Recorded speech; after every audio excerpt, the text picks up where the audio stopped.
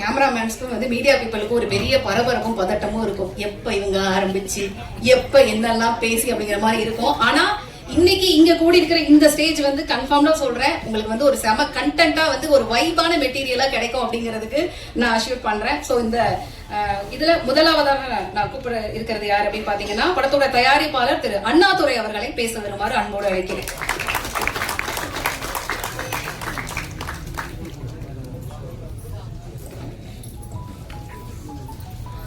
Madras mafia கம்பெனியுடைய இசை வெளியீட்டு விழாவிற்கு அழைப்பை ஏற்று வருகை புரிந்திருக்கின்ற சிறப்பு அழைப்பாளர்கள், தொழில்நுட்ப வல்லுநர்கள், நடிகர் நடிகைகள் மற்றும் இந்த படத்திற்காக கடுமையாக தன்னை அர்ப்பணித்துக் கொண்ட அனைத்து கலைஞர்களுக்கும் மற்றும் ஊடகத்துறையினருக்கும் அழைப்பை ஏற்று வருகை புரிந்திருக்கின்ற அனைவருக்கும் என்னுடைய வணக்கத்தை தெரிவித்துக் கொள்கிறேன்.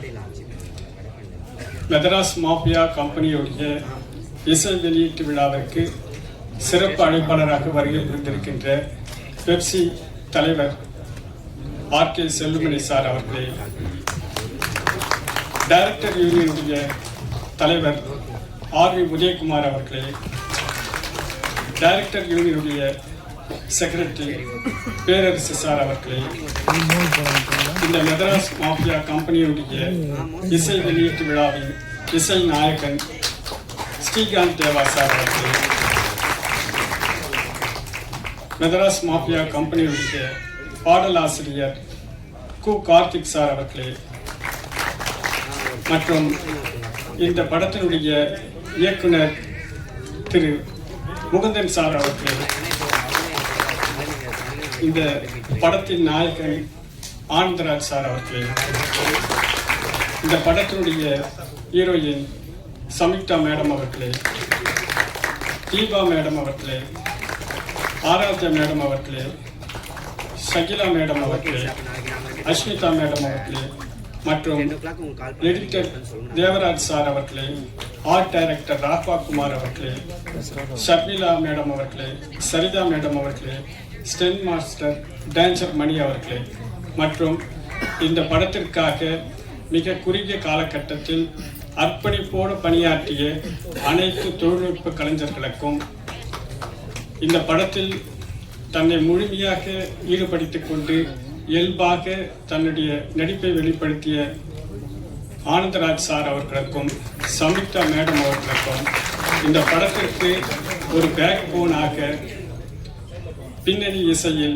மிக சிறப்பாக அமைத்து கொடுத்த ஸ்ரீகாந்த் தேவா சார் அவர்களே, இந்த படத்தினுடைய பாடல் வரிகளில் சினிமாவுக்காக மட்டுமல்லாமல் நடைமுறை நடக்கக்கூடிய விஷயங்களையும் பின்வரும் காலங்களில் இந்த படத்திற்கு இசையிலே ஒரு நல்ல ஒரு வார்த்தை வரிகளை அமைத்து கொடுத்த கு. கார்த்திக் சார் அவர்களுக்கும், கேமராமேன் திரு அசோக் ராஜ் அவர்களுக்கும் மற்றும் மீண்டும் ஒரு முறை சொல்கிறேன், மிக குறுகிய காலகட்டத்தில் இந்த படத்தை சொன்னபடி இயக்கி கொடுத்த இந்த படத்தினுடைய இயக்குனர் ஏ.எஸ். முகுந்தன் சார் அவர்களுக்கும்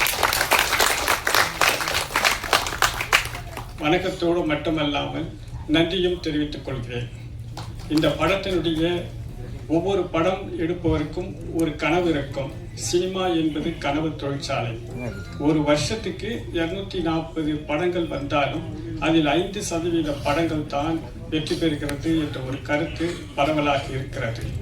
ஆனாலும் வருஷத்துக்கு வருஷம் படம் எடுப்போருடைய எண்ணிக்கை உயர்ந்து கொண்டுதான் இருக்கிறது.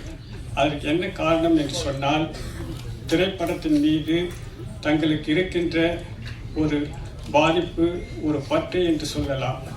வேறு எந்த துறையிலையும் இப்படிப்பட்ட ஒரு சூழலை நாம் எதிர்பார்க்க முடியாது. ஆனால் திரைத்துறையிலே இதை எதிர்பார்க்க முடியும். அதனால்தான் தயாரிப்பாளர்களின் எண்ணிக்கை நாளுக்கு நாள் அதிகரித்துக் கொண்டிருக்கிறது. படங்களின் எண்ணிக்கையும் அதிகரித்துக் கொண்டிருக்கிறது. மக்களுடைய மனநிலையில் படத்தை பார்க்கின்ற இடத்தில் வேணால் மாற்றம் இருக்கலாம். ஒரு காலகட்டத்தில் தியேட்டரில் பார்த்தவர்கள் இன்றைக்கு ஓடிடியிலும் சேட்டலைட்டிலும் பார்க்கிறார்கள். ஆனால் படம் பார்ப்பவருடைய எண்ணிக்கை அதிகரித்து கொண்டுதான் இருக்கிறது. எனவே தான் தயாரிப்பாளருக்கு படம் எடுக்க வேண்டும் என்ற ஒரு உற்சாகம் ஏற்படுகிறது. இந்த படத்தினுடைய கதையை விவாதிக்கும் போது நடைமுறையில் ஒவ்வொரு நாளும் இருக்கக்கூடிய நாம் அன்றாட காணக்கூடிய செய்தித்தாள் மூலமாகவும் தொலைக்காட்சியின் மூலமாகவும் சில நிகழ்வுகள், அந்த நிகழ்வுகள் ஒரு தனி மனித வாழ்க்கையில் மட்டுமல்ல, சமூகத்தில் மட்டுமல்ல, ஒரு ரவுடி சாம்ராஜ்யம் எப்படி சரியும் என்பதை ஒரு கற்பனையாக, இது ஒரு உண்மை சம்பவமாக இருக்கலாம் அல்லது ஒரு நடக்காத விஷயத்தை நடந்திருந்தால் எப்படி இருக்கும் என விவாதிக்கக்கூடிய சம்பவமாக, நிகழ்வாக இருக்கலாம். ஆனால் ஒரு எதிர்பார்ப்பு, ஒரு மாறுபட்ட கதைக்களம் நிச்சயமாக இந்த படத்திற்கு உண்டு. இது நிச்சயமாக மக்களிடையே சென்றடையும். இந்த படத்தின் மூலமாக ஒரு மெசேஜ் இருக்கிறது. அந்த மெசேஜ் மக்களோடு நிச்சயமாக கனெக்ட் ஆகும் என என்னுடைய நம்பிக்கையை தெரிவித்துக் கொண்டு இந்த நிகழ்ச்சியில் என்னை பேச வாய்ப்பளித்ததற்கு நன்றி கூறி விடைபெறுகிறேன். நன்றி, வணக்கம். அதே சமயத்தில் இந்த இசை வெளியீட்டு விழாவிற்கு எங்களது அழைப்பை ஏற்று வருகை புரிந்திருக்கின்ற ஊடகத்துறையினருக்கு நன்றியை தெரிவித்துக் கொண்டு இங்கே இந்த நிகழ்விலே கலந்து கொண்டிருக்கின்ற அனைவருக்கும் நன்றியை தெரிவித்துக் கொண்டு விடைபெறுகிறேன். நன்றி, வணக்கம். சார், ஃபர்ஸ்ட் டைம் ஒரு ப்ரொடியூசர் வந்து A4 ஷீட் எடுத்துட்டு வந்து எல்லா ஹிண்ட்ஸையும் எழுதிட்டு பர்ஃபெக்டாக வந்து இவ்வளோ ஸ்பீச் கொடுத்ததை பார்க்குறேன். எனக்கு மட்டும் முன்னாடியே தெரிஞ்சது அந்த பேப்பரை நான் ஷேர் பண்ணியிருக்கேன் சார். ஏன்னா நிறைய பாயிண்ட்ஸ் என்னோட வந்து வச்சிருக்கீங்க. அப்போ தான் விசாரிச்சேன். சார் வந்து அட்வொகேட்டா, அதனால தான் வந்து பாயிண்டாக வந்து எல்லா விஷயத்தையும் வந்து பேசிட்டு போயிருக்காரு. அடுத்ததான் அழைக்கக்கூடிய நபர் வந்து பார்த்தீங்கன்னா, இவரோட பேரை வந்து ஃபோனில் ஸ்டோர் பண்ணவங்களுக்கு திடீர்னு இந்த நபர் காலிங் அப்படின்னு வந்ததுன்னா எப்படி ரியாக்ஷன் கொடுப்பாங்க அப்படிங்கிற தெரிஞ்சுக்கிறதுக்கு ஒரு கியூரியாசிட்டி இருக்கு. டேஞ்சர் மணி, காலையில எந்திரிச்சோடனே டேஞ்சர் மணி காலிங் அப்படிங்கிற மாதிரி வந்ததுன்னா எப்படி இருக்குன்னு தெரியல. வாங்க சார், இந்த படத்தோட ஃபைட் மாஸ்டர் திரு டேஞ்சர் மணி அவர்கள். ரொம்ப தேங்க்ஸ், ரொம்ப நல்லா இருந்தது. வந்திருக்கும் அனைவருக்கும் எனது வணக்கத்தை தெரிவித்துக் கொண்டு இந்த படத்தில் முதல்ல வாய்ப்பு கொடுத்த நம்ம டைரக்டர் சாருக்கு வந்துட்டு ரொம்ப தேங்க்ஸ் பண்ணிக்கிறேன். ஏன்னா வந்துட்டு இது ஒரு மிகப்பெரிய ஒரு பெரிய பட்டாளம். அந்த பட்டாளத்துக்குள்ளே என்னையை வந்து கூப்பிட்டு வந்ததுக்கு ரொம்ப தேங்க்ஸ்ண்ணே. ஆக்சுவலி வந்துட்டு ஏன்னா பாஷா படத்தில் வந்துட்டு ரஜினி சாரை அடித்தவர் வச்சு நான் இப்போ வந்து எல்லாரையும் அடிக்க வைக்கணும். சரி, அந்த ஒரு பெரிய போஸ்டிங் எனக்கு கொடுத்ததுனால வந்து சாரும் வந்துட்டு, சார் ஆக்சுவலி வந்து நான் நினச்சி வந்தது வேறு, ஆனால் அங்கே நீங்கள் எங்ககிட்ட நடந்துக்கிட்டது வேறு. எல்லாருமே எங்களோட ஸ்டண்ட் பீப்புள்ஸ் எல்லாருமே உங்களுக்கு நான் ரொம்ப தேங்க்ஸ் பண்ணேன்னு சொல்கிறாங்க. ரொம்ப சார் ரொம்ப ஹம்புளாக எல்லாருமே வந்து ட்ரீட் பண்ணி ரொம்ப எது சொன்னாலுமே ஓகே நான் பண்ணுறேன் அப்படின்னு சொல்லி வேணாம் சார்னா கூட கேட்காம வந்து பண்ணார். ரொம்ப தேங்க்ஸ் சார். சமுத்தியா மேம், ஆக்சுவலி நீங்களும் அதே போல் தான். ஆக்சுவலி வந்துட்டு இந்த படத்தில் ஒரு விஜய் சாந்தியை வந்து மிஸ் ஆகிட்டாங்கன்னு நீங்கள் நினச்சது எல்லாமே இந்த படத்தில் கண்டிப்பாக வந்துட்டு கொடுத்துருக்காங்க. அடுத்த ஒரு விஜய் சாந்தியா வந்துட்டு இங்கே வருவாங்க. நம்ம தமிழ் சினிமாவுக்கு ஒரு விஜய் சாந்தி கிடைச்ச மாதிரி. உங்களுக்கு ரொம்ப thanks sir. Editor sir super sir, editing பயங்கரமாக பிடிச்சிருக்காரு. எங்களோட ஒர்க்குக்கு வந்தோம் ரொம்ப ஃபாஸ்ட்டாக நாங்கள் போயிருந்தாலும் அதில் நிறைய மிஸ் மேட்சிங்லாம் இருக்கும். அதில் எல்லாமே கரெக்டாக வந்துட்டு எடிட்டில் வந்து கரெக்டாக தூக்கிட்டு வந்துட்டாரு. பக்காவாக இருந்தது. ஆக்சுவலி வந்து எதையுமே நீங்கள் வந்துட்டு தப்புன்ற ஒரு வார்த்தை சொல்ல முடியாத அளவுக்கு சூப்பராக எடிட் பண்ணியிருக்காரு. Thank you sir. சார் ஆர்டர் எடுத்து சார் ஆக்சுவலி வந்துட்டு நம்ம செட்டே கிடைக்காது எங்களுக்கு. அந்த மாதிரி டைம்லேயும் வந்துட்டு இது சூப்பராக பண்ணலாம் அப்படின்னு சொல்லிட்டு நிறைய விஷயங்கள்லாம் எங்களுக்காக வந்து வடிவமைச்சு கொடுத்ததுக்கு ரொம்ப தேங்க்ஸ் சார். அப்புறம் இங்கே வந்திருக்க எல்லா அசிஸ்டன்ட் டேரக்டர்களுக்கும் நான் இந்த இடத்துல தேங்க்ஸ் சொல்லிக்கணும். ஏன்னா நாங்கள் ரொம்ப ஈஸியாக போய் நாங்கள் ஒர்க் பண்ணிடுவோம். ஆனால் அந்த அசிஸ்டன்ட் டேரக்டர்லாம் ஒரு தூரம் வரும் பின்னாடி வந்து எங்களுக்கு கொடுக்குற அந்த ஒரு பூஸ்டப் தான் நாங்களும் இன்றைக்கி ஒரு இடத்துக்கு வந்துட்டுருக்கோம். கண்டிப்பாக அவங்களுக்கு நான் மிகப்பெரிய தேங்க்ஸ் சொல்லிட்டு விடைபெறுகிறேன். நன்றி, வணக்கம். Thank you sir. அடுத்ததான் அழைக்கக்கூடிய நபர், இத்தனை பேரும் ஸ்கிரீன்ல பாக்குறப்பையும் சரி, படத்துல பாக்குறப்பையும் சரி, அவ்வளவு அழகா தெரியறதுக்கு பின்னாடி இருக்கக்கூடிய இந்த டீமோட ஒர்க் வந்து ரொம்ப ரொம்ப முக்கியம் அப்படின்னு சொல்லணும். ஆர்ட் டைரக்டர் திரு ராகவா குமார் அவர்களே பேச வருமாறு அன்போடு அழைக்கிறேன். வந்திருக்கிற எல்லாருக்கும் அனைவருக்கும் மாலை வணக்கம். ஃபர்ஸ்ட் மீடியா எல்லாருக்கும் மாலை வணக்கம். ஃபர்ஸ்ட் ஆஃப் ஆல் டைரக்டருக்கு என்னோட வணக்கத்தை தெரிவிச்சிருக்கேன்.